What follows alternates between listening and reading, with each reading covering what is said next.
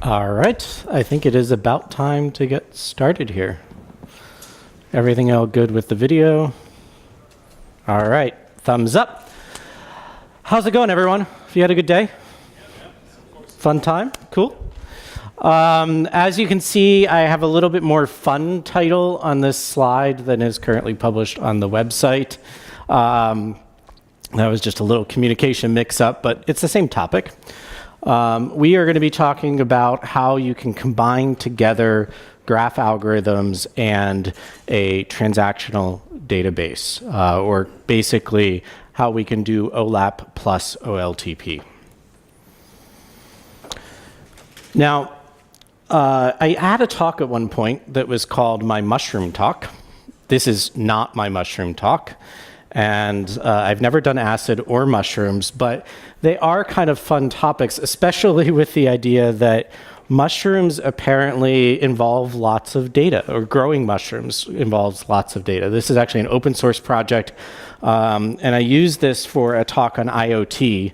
And they have lots of sensors inside the mushroom growing thing, whatever that is called. And there's a lot of sensors really just collecting temperature, humidity, and other things like that. So data is involved with both mushrooms as well as acid.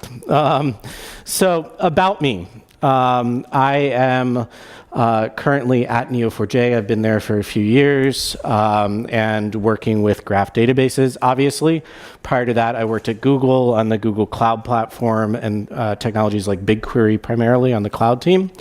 And I also have a background developing web applications using a lot of SQL for essentially enterprise IT apps, so e-commerce apps, and it was at a university, so there's admissions apps and things like that. If there's any questions that I don't get to answer at the end of the session here today, there is my email address as well as my Twitter handle. You can feel free to reach out to me at any time. I try to respond as much as I can. So let's get into this. Now, data used to be stored on punch tape, punch cards, whatever you want to call this. And it was really a horrible way to read and understand data, but it was the best technology available at the time. And then we moved on to tabular data or relational databases, which initially seemed pretty cool and certainly moved the industry forward and powered many applications for the last, 30 years. But they turned into a lot of references to these auto-generated numeric foreign keys, and the tables, which were once originally easy to read, became not so easy. But they did bring an important technology with it, which is ACID. You did not get ACID guarantees on your punch tape, but you did get it in many relational databases. And this was critical for businesses to trust that the data that they are putting into their database is the same data that's coming out. Performance slows generally as you add these sort of guarantees, and what we had with relational databases is we started adding indexes to make things a lot faster. So you add a bunch of indexes. Overall, that makes single table lookups really fast. You still have the join bomb problem when you join these tables together and you end up looking up 10, 12, 15 different indexes on a single query. But it still got us a lot of steps forward. And then sort of this cloud concept came along. People started building a lot more apps, collecting a lot more data, not necessarily using all of it, but collecting it and wanting to potentially use it in the future. We had this expansion of data. And we had to decide, what do we sacrifice? Everything is about trade-offs in our industry, right? So what do we sacrifice in order to deal with this large amount of data? And ACID was really the first thing to go. People said, well, you know what I mean? If we have like Facebook or something like that, and you have a friend network, and you lose 1 out of every 100 million comments, who really cares? Unless, of course, it's your comment on your best friend's birthday or something like that, then that might cause a little bit of relationship issue. No pun intended. But it doesn't cause critical business data to be lost with all these types of applications. But we got some awesome types of databases. We went back and got key value stores again. We got document databases. We got this level of scale that was very important for these types of applications. But in my mind, this is how the world works. The world is a set of relationships. The world is a graph. So everything that you put into a database, you, in many types of databases, end up restructuring that based off of what the database requires. With a graph, we like to say that the whiteboard model is the physical model. What you put up on the whiteboard to draw out your business use case is the same way as the data is stored on disk and is the same thing that you do to query it. And importantly, with Neo4j at least, we brought back the concept of transactional ACID compliance to NoSQL. And you can debate whether someone wants to call us NoSQL, but by the strict definition is we don't use SQL. I guess that's called NoSQL. And we do support ACID transactional data. So I'll talk a little bit about how graphs work, starting off with this property graph model. Basically, you have your nouns, and then you have verb as your relationship and your other nouns. So in this case, Stephen reports to Andrew, and then below is the Cypher query that you use to create this. Cypher is a declarative query language optimized for graphs. This is a quote from someone whose name you probably don't recognize. Does anyone actually recognize this name? Okay. So David Meza is the chief knowledge architect at NASA, and I like to think NASA is full of a bunch of smart people, so that's why I show this. I love Neo4j because I can explore relationships faster than you can say SQL join. That's kind of what our goal is with a graph database, is to be able to explore relationships in your data. And this is just another quote from a gentleman at eBay. It highlights two things here. One is the idea that Neo4j was originally created because of that join bomb problem. It was originally created as a way to make performance a lot better when looking up data on relationships.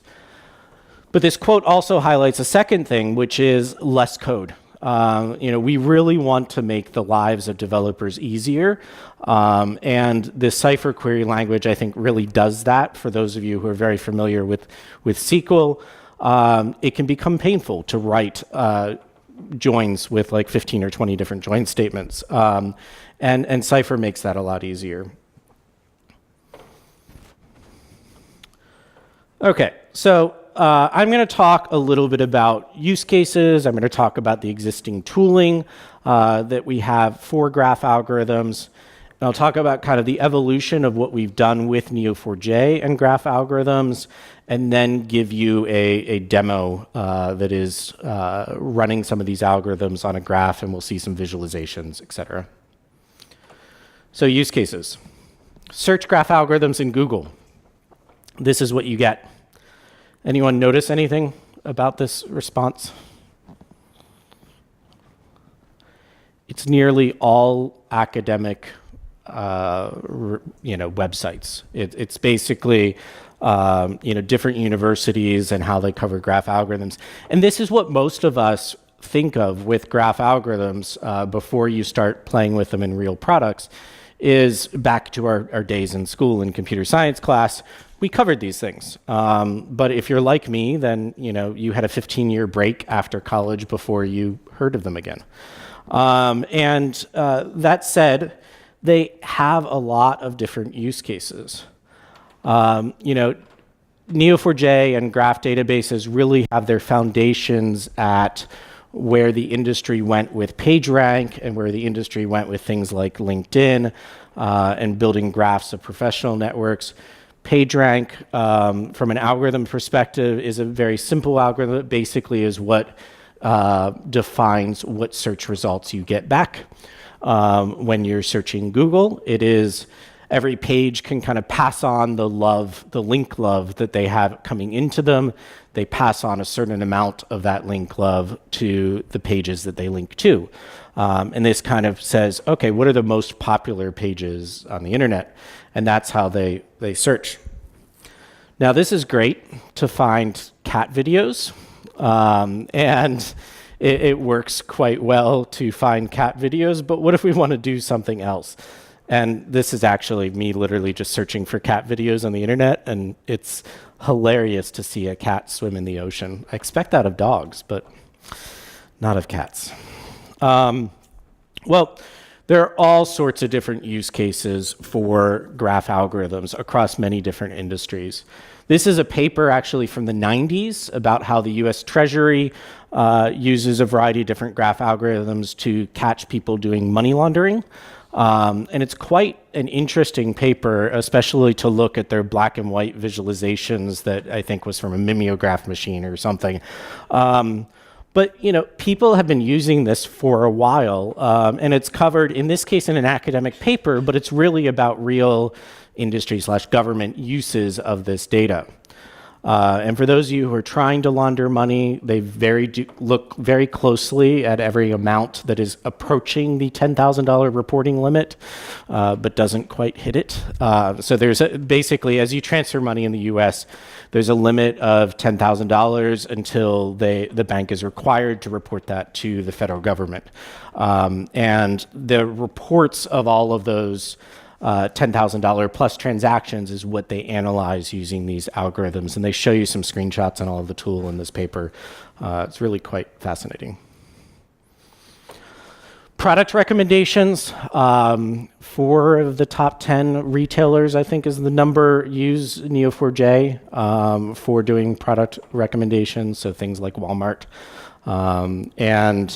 Product recommendations is really an important use case for these algorithms to decide, based off of your relationship with other people, what products to recommend to you.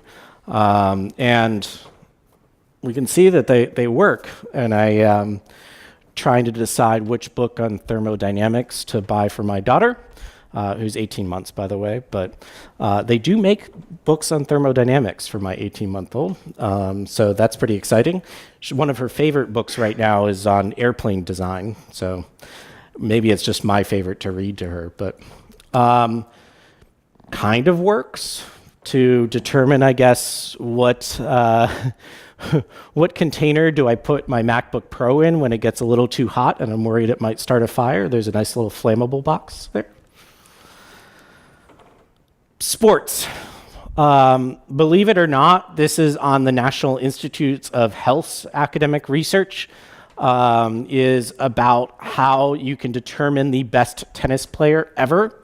Did not realize that our government does this sort of stuff or sponsors this stuff, but you can find the best tennis player ever by looking at the graph of who they've played and basically mapping out win-losses on each of these segments of the graph. And there's a whole big paper on it. Literature. So who are the most influential Victorian authors?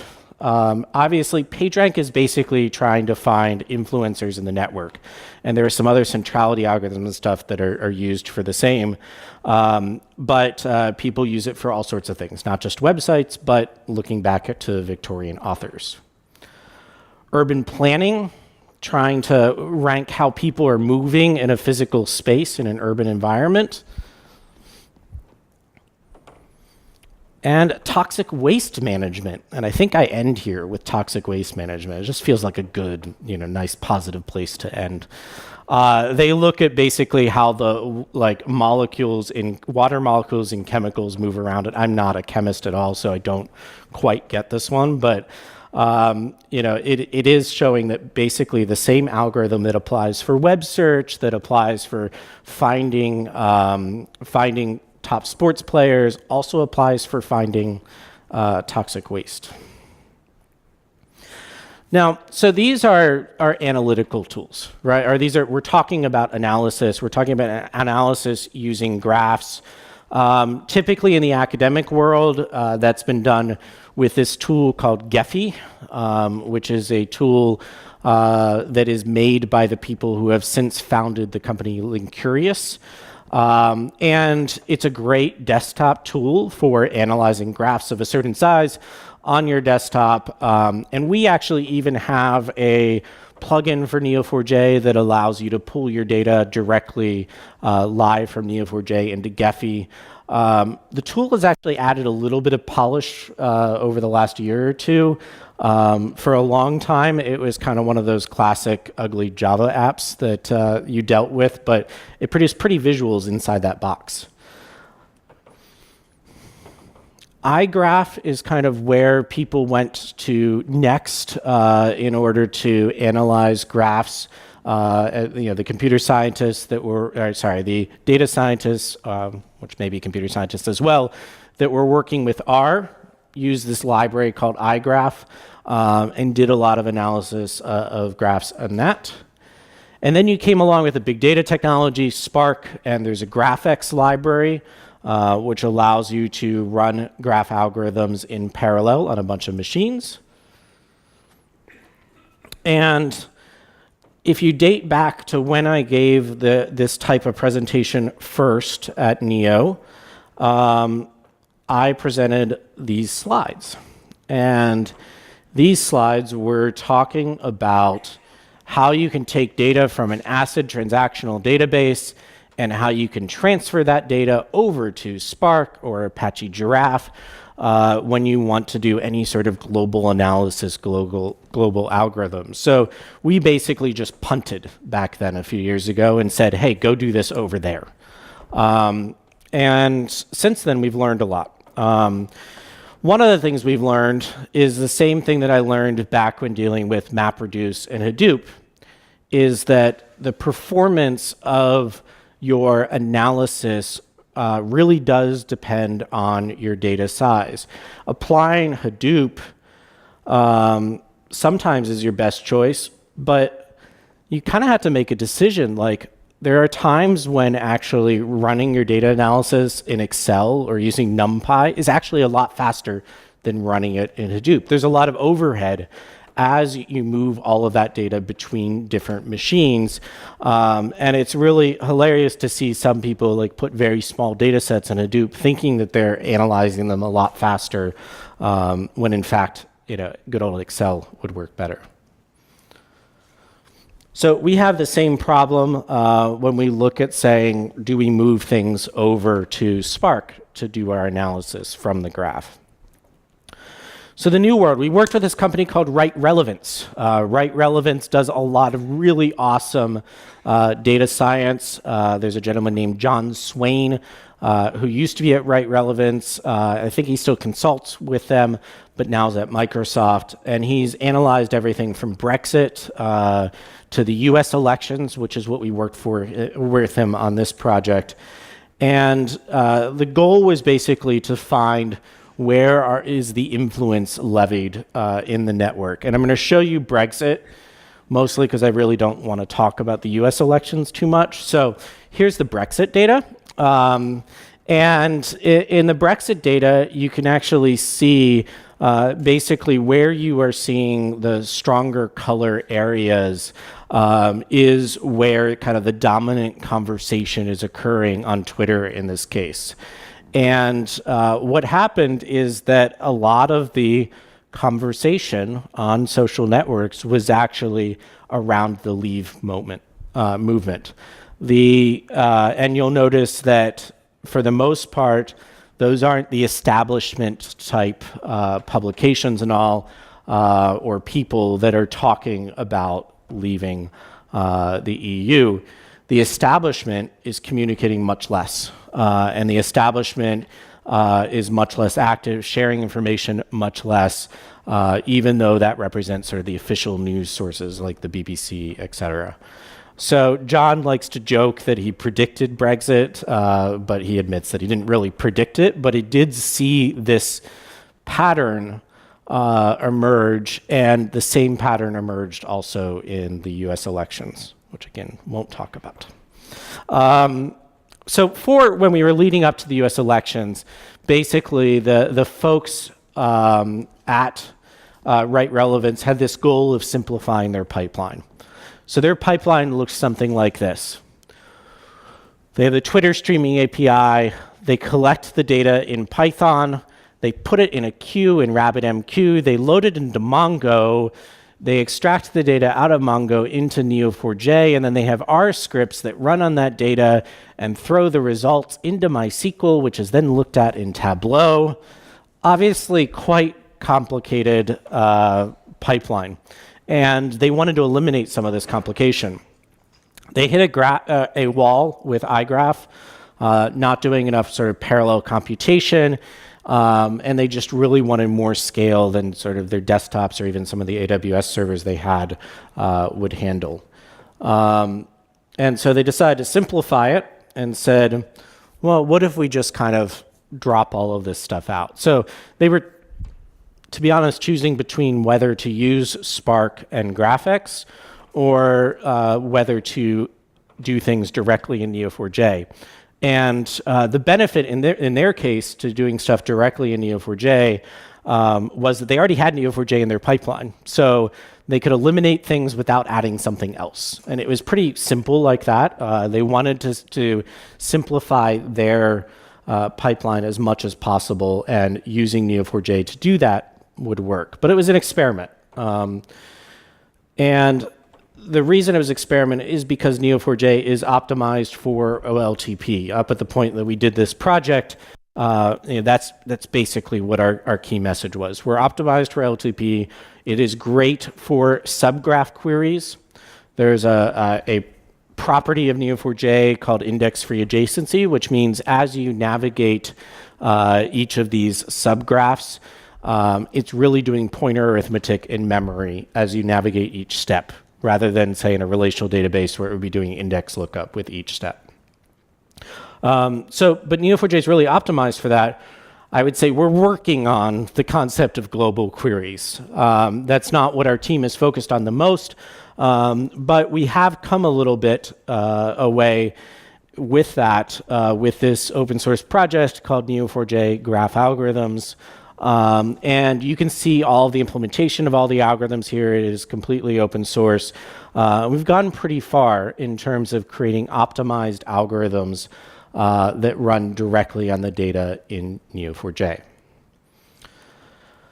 So the Neo4j graph algorithms kind of has this idea of there's a virtuous cycle here. We want to use the graph database, but we also want to be able to run analytics. We also want to be able to use this Cypher language that we talked about as a way to query our data. And we want to do it for three main types of algorithms. One is pathfinding, and we've always had sort of shortest path in Neo4j, never really optimized, but it's been there. The other is centrality, basically determining the influencers within a network. And then the other is community detection. And how are users within a network or objects within a network clustered? So the way that you use Neo4j graph algorithms is through this Cypher language, and they're basically callable as procedures. And for many of the algorithms, actually all the algorithms are pretty much implemented, have these two variants. The first variant is called stream. And basically, you're running the algorithm on your data on a particular label, so a particular type of data, let's say a person or a web page, et cetera. The second thing there is a particular type of relationship that you're running the algorithm on. And you're getting all the results back as a result to your query. The second variant here, the non-stream variant, basically is taking the results from running your algorithm and storing those results back in the graph so that then you can make decisions off of those. So the reason the second one is really important here is that these algorithms do still take some time to run. We'll show you some performance metrics later, but these are trying to access the entire graph. That takes some time. And so it's not like the traditional Neo4j things where you're expecting millisecond level response times. Depending upon what type of algorithm you're running here, it's anywhere from seconds to minutes, hours, and in some cases days if you're running some really complex algorithms. We also do support this concept called virtual graphs, which is important because the way that you store your data in a transactional database to kind of speed up your web application or other type of application is sometimes different than what an algorithm needs to properly run on that data. So, for instance, you might have data with intermediate nodes. So a person creates a transaction that transfers money from account to account. All you care about is that transfer of money. You don't care about the person and the transaction. So you kind of want to build up this subgraph to run the algorithm on. And this allows you to do that. You just pass in a cipher query for the nodes that you want to run the algorithm on, and also a cipher query for the relationships that you want to run it on. Variety of different centrality algorithms. Now, I'm not going to go into all of the details. I'm not an expert on all of these algorithms. Some of you who have more recently completed your PhDs in these might have a little bit more knowledge there. But the centrality algorithms are very useful for finding influencers in a network, whether influencers in a smaller part of the network or influencers in the overall network. I'll show you some examples here shortly and what we might want to use them for. But here's an example of calling PageRank. And in this case, we're basically saying on the first one, calling PageRank on every page. So let's actually be doing it on web pages. Every page node in the graph, and use the links relationship in order to traverse it. The iterations is exactly that, how many times it runs this algorithm. The damping factor is kind of how much how much of the score is passed on from one node to another node over a link. And we're getting the results here. The first one, obviously, is that stream that we talked about, whereas the second query here is actually writing back a property called PageRank, which you will see then on your page nodes. And then there are also the pathfinding algorithms. So we have people using Neo4j for logistics, one of the largest national postal carriers in the world, who I shall not name, uses us to route all of the packages. We also have people using us with OpenStreetMap data to create routes in the real world on roads. And so these types of algorithms are important for those types of use cases. And the goal here with running all of these algorithms is how we can iterate quickly, how we can run these analyses, get the results back into the graph, and then use those results in order to inform our transactions that we're doing in the graph. So the transactions is the stuff that most Neo4j people are already using us for. Analytics is a bit new, but we want to be able to inform those transactions using the results of the analytics. Do a quick note here on performance. We set out really not that optimistic on the performance side because we realize that things like GraphX are parallelizing across many, many machines. And what can we do inside a single machine? And we actually ended up with a lot better performance numbers than we had anticipated.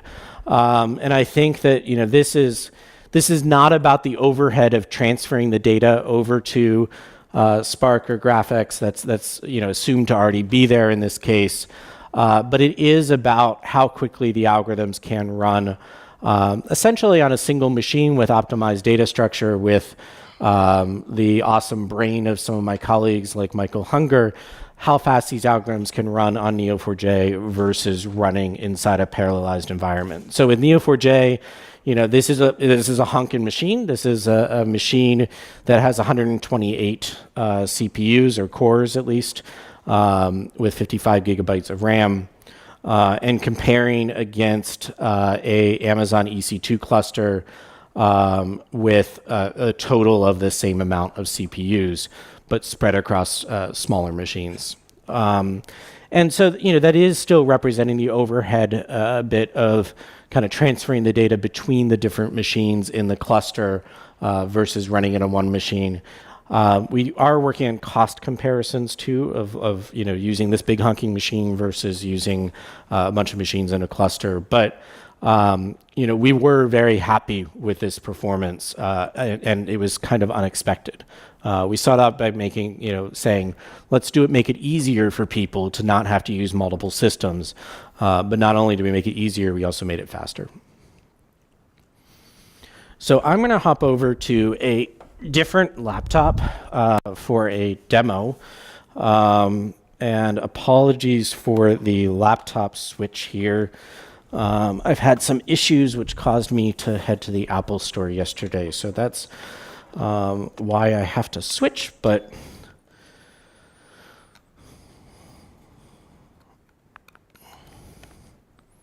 hopefully this all works. Pray. Oh, yes. That's pretty amazing. The little things in life.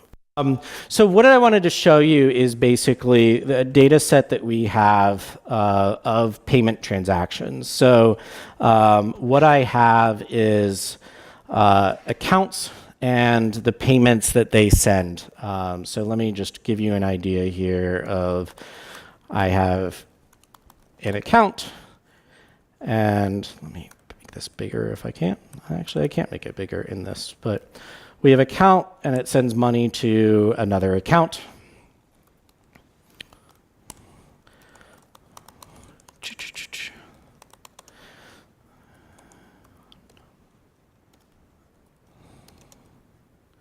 And we'll say account 1 sends money to account 2, and we'll include the amount. I'll give you 500 of them. So basically, this is the data that's in the database. We have accounts that are transacting with other accounts and a certain amount of money that was sent. This is to demonstrate that money laundering use case that I was talking about before. And I apologize that I can't zoom in here. Let me see if that accessibility feature.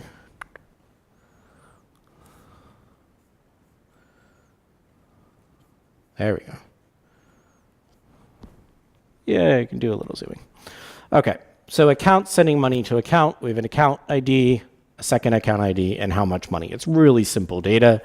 And if we hop over here, basically I have a little tool here that runs these algorithms, and I use two different algorithms, a union find to find the different clusters or communities in the graph, and I use a centrality algorithm to identify the connecting points in the graph.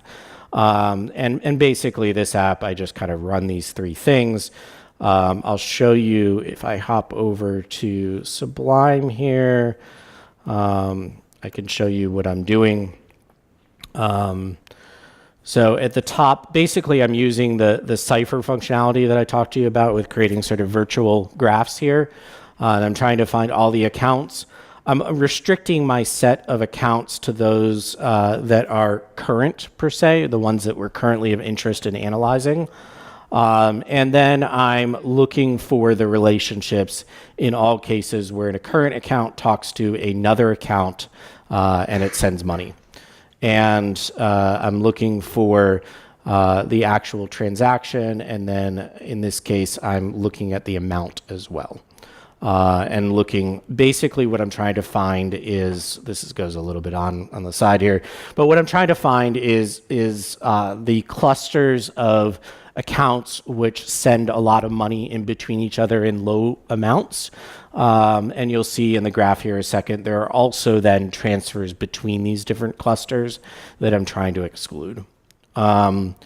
And then the closest centrality is passing in a very much more simplified version, basically just say, here's the accounts where it's current. And then what I do is set, for the ones that have the top 10 centrality scores, I set this laundering target label on them. And this is what that results in. Let's see here. My little visualization tool here. So we want to say account that sends money to account. We're going to pretend we are like a fraud analyst that is looking at this data. And we get this pretty graph where the different clusters of interest are colored. So pink is one group of transactions, orange is another group of transactions here. And we also then have the centrality scores are indicated, the high centrality nodes are indicated with these red dots. They're red nodes here. And what that means is that those are sort of interconnectors on the network. Those are sending between these different clusters. And then we can start to kind of investigate those and say, hey, what is this account? In this case, it's fully expanded. Do I have my let's see here. So in this case here, there's this one sort of central node that is this little node that I'm playing with. Obviously, you can see just by dragging it around is very influential in the network. It is connecting a lot of different pieces in the network. And then if we zoom in here, we can actually see all those relationships in a little more detail. So this is where it is this particular account is actually receiving a lot of money here. You see all the incoming arrows. Receiving a lot of money, and then it's sending money to this account.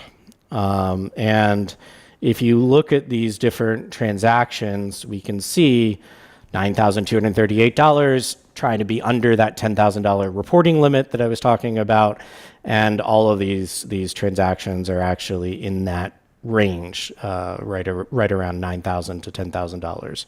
And then those are all sending the money over to this node, which is owned by myself. Luckily, I get all this money. But unfortunately, I have to send all of this money onward to this node.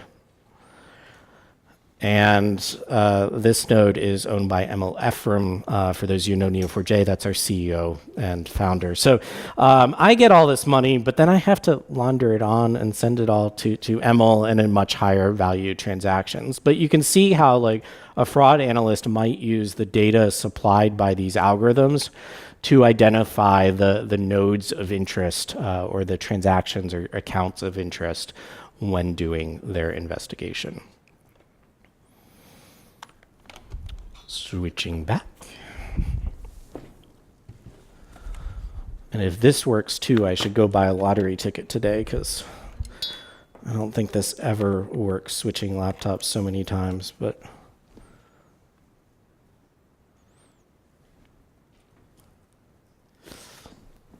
sweet, I'm going to win the lottery. Maybe I have to send all that money to Emil, though. That might be upsetting. So I encourage you all to try out Neo4j.